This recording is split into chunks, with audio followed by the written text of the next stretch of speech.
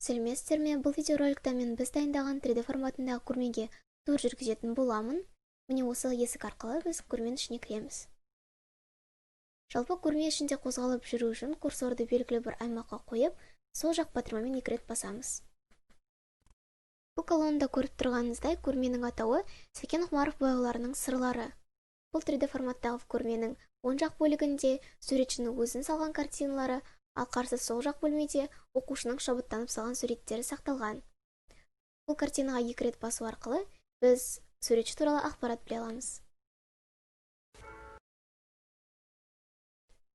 Бұл жарданда біз осы жеткілікті мәлімет ала аламыз. Ал енді картиналармен жақынырақ танысайық. Бұл картина туралы ақпарат алу үшін сол жақ батырмамен 2 рет басамыз.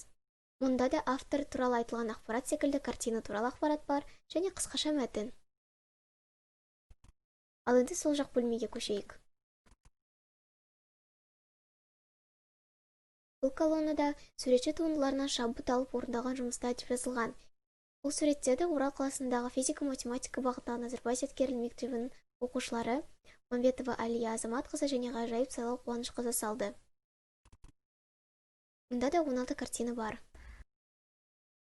Міне осылайша көрмеміздегі барлық суреттер туралы ақпарат алуға болады. Назарларыңызға рахмет.